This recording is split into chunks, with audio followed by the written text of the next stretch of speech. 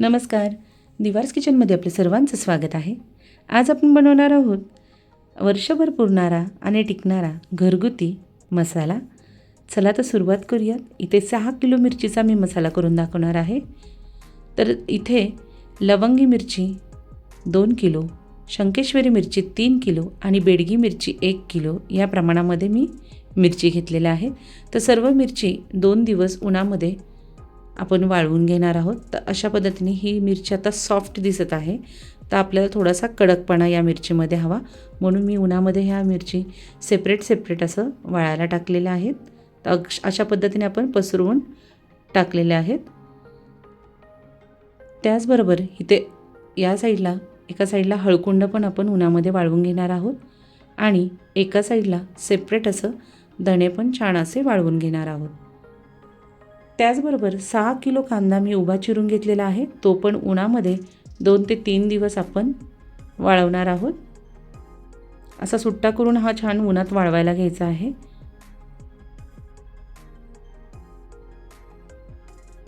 तर इथे पाहू शकता मस्त कांदा वाळलेला आहे. त्याचबरोबर इथे मी 2 दिवस मिरची मस्त अशी वाळवून घेतलेली आहे व मिरची उन्हात वाळवल्यानंतर याचे देठ सहज निघून जातात अशा पद्धतीने. तर मधूनच देठ तोडायचं आहे, पूर्ण देठ काढायचं नाही, कारण त्यातून बिया बाहेर निघाला तर मिरची भाजताना ठसका उठू शकतो. त्यामुळे अशाच पद्धतीने आपण हे देठ काढायचे आहेत. इथे 1.5 किलो लसूण सोलून घेतलेला आहे मसाल्यासाठी. त्याचबरोबर इथे मिरी घेतलेली आहे. इथे नाकेश्वर घेतलेला आहे. त्याचबरोबर इथे सुंठ घेतलेली आहे, मसाला इलायची, हिंग खडा आहे. त्याचबरोबर दालचिनी घेतलेली आहे. इथे मी मेथीदाणे घेतलेले आहेत. धणे 1.5 किलो घेतलेले आहेत. जिरे आणि शहाजिरे मिक्स करून घेतलेले आहेत. इथे हळकुंड घेतलेले आहेत. तीळ आणि जायफळ घेतलेले आहे, त्याच्या हळकुंड आहेत ते. त्यानंतर पत्र आणि जायपत्री घेतलेली आहे. इथे मी बडीशेप घेतलेली आहे. त्यानंतर लवंगा, दगडफूल, इथे चिरफळ घेतलेला आहे, तेजपत्ता घेतलेला आहे, बादल फूल घेतलेलं आहे, खसखस घेतलेले आहे. त्याचबरोबर मोहरी घेतलेली आहे. आणि हे सर्व आपण आता भाजून घेणार आहोत. तर सर्वप्रथम कढईमध्ये 2 चमचे तेल टाकून आधी आपण धणे भाजून घेणार आहोत.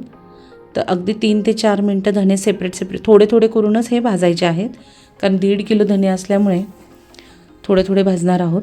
जर तुम्हाला मसाला तिखट नसेल हवा तर धण्याचं आणि खोबऱ्याचं प्रमाण यामध्ये तुम्ही वाढवू शकता. तर मस्तपैकी धणे भाजलेले आहेत. तर इथे आपण धणे काढून घेणार आहोत. यानंतर कढईमध्ये तीळ टाकून घेणार आहोत आणि तीळ पण थोडंसं तेल टाकून भाजून घेणार आहोत. तर यामध्ये खसखस पण आपण टाकणार आहोत, म्हणजे तिळासोबतच खसखस भाजून निघेल. तर इथे खसखस पण भाजून झालेले आहे, तर हे काढून घेऊयात. परत कढईमध्ये आपण मोहरी टाकून घेणार आहोत. ती पण थोडंसं तेल टाकून भाजून घेऊयात. हे सर्व भाजताना आणि मिरची भाजताना आपल्याला 1.5 किलो पूर्ण तेल लागणार आहे. त्याचबरोबर इथे दगडफूल आणि तेजपत्ता भाजून घेऊयात. थोडंसं तेल टाकूयात. अगदी थोडंसं तेल टाकूनच हे भाजायचं आहे. मसाल्याला थोडासा वास लागायला लागला की आपण काढून घेणार आहोत. तर 3 ते 4 मिनटाची ही प्रोसेस आहे. मंद आचेवरच गॅस कमी जास्त करतच हे भाजायचं आहे. तर काढून घेऊयात. त्यानंतर चिरफळ पण आपण यामध्ये थोडंसं तेल टाकून भाजून घेऊयात. तर घरगुती मसाला खूप चविष्ट असा लागतो, सर्व भाज्यांनाही उपयोगी होतो. तर त्यामध्ये थोडंसं शहाजिरं आणि जिरे आपण भाजून घेणार आहोत. थोडंसं तेल टाकू घे आणि मस्तपैकी भाजून घेऊयात. तर यामध्ये मेथीचे दाणे पण मी मस्त भाजून घेणार आहे.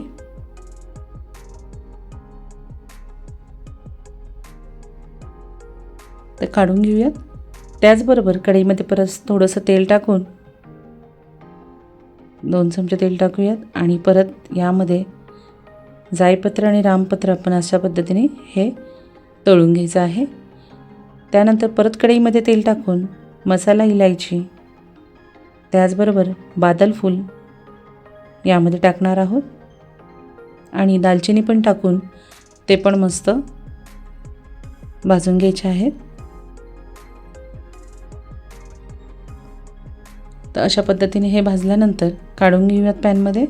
तर सर्व मसाला भाजत भाजत आपण एका पॅनमध्येच काढणार आहोत. त्याचबरोबर परत थोडंसं तेल टाकून यामध्ये मिरी आणि लवंग आपण भाजणार आहोत. तर मिरी पण टाकून घेऊयात आणि लवंग पण टाकून घेऊयात. तर हे सर्व प्रॉपर निवडून घेत जा. त्याचबरोबर नाकेश्वर पण यामध्ये टाकलेला आहे आणि मस्त असं भाजून घ्यायचं आहे. यामध्ये एखादा खडा असू शकतो, त्यामुळे मी पूर्ण हे प्रॉपर निवडलेलं आहे.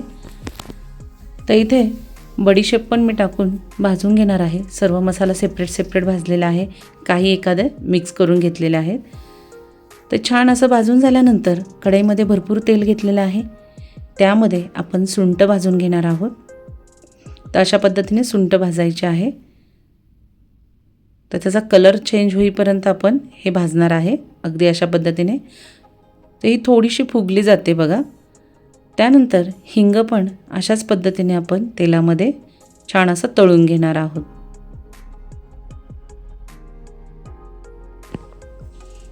तर हिंग पण तळून झालेले आहे, हे पहा. तर कलर बदललेला आहे. चला आता हिंग पण काढून घेऊयात. त्यानंतर हळकुंड जे आहे ते मी थोडे थोडे करत तळून घेणार आहे.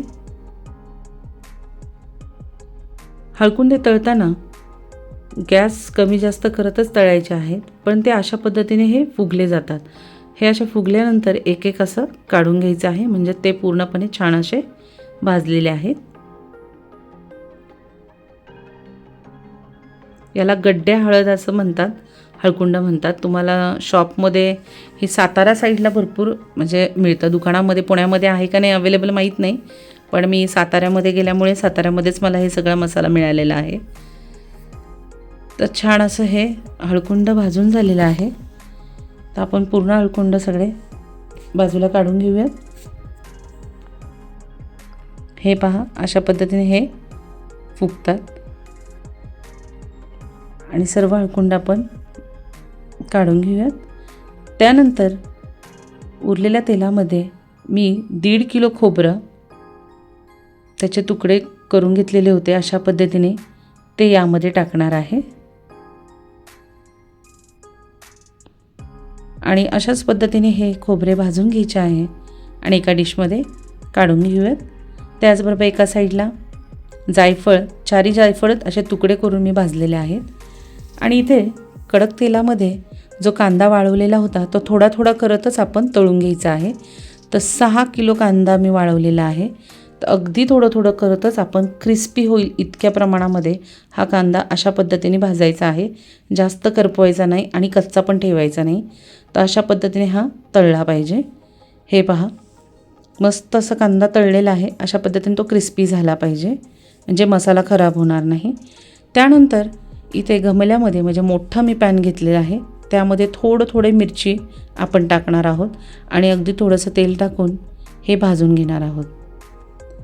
तर मिरचीला अगदी 1 ते 2 मिनटंच आपण गरम करणार आहोत, कारण उन्हामध्ये आपण छान असं हे वाळवून घेतलेली आहे मिरची. तर सर्व मिरची थोडं करत मी मिक्स करून घेणार आहे तेलामध्ये.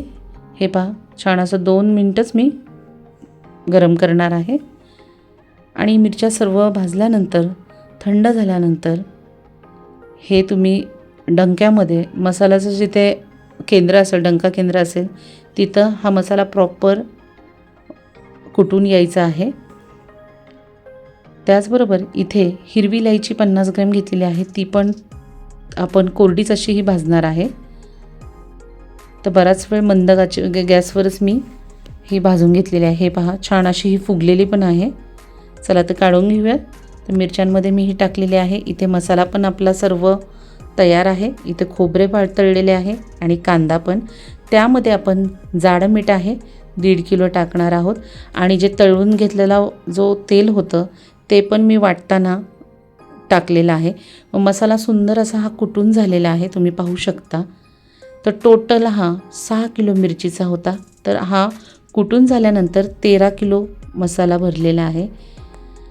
सर्व मिश्रण वाटल्यानंतर कांदा आणि खोबरं सगळ्यात शेवट ते वाटून घेतात आणि यामध्ये तेलही उरलेलं ॲड करतात. असं 1.5 किलो तेल आपल्याला या लागलेलं आहे.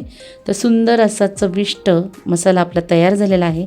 तुम्हाला त्याची साहित्य जे आहे ते शेवटला मी दाखवलेलं आहे, तर तुम्ही घरी नक्की ट्राय करा.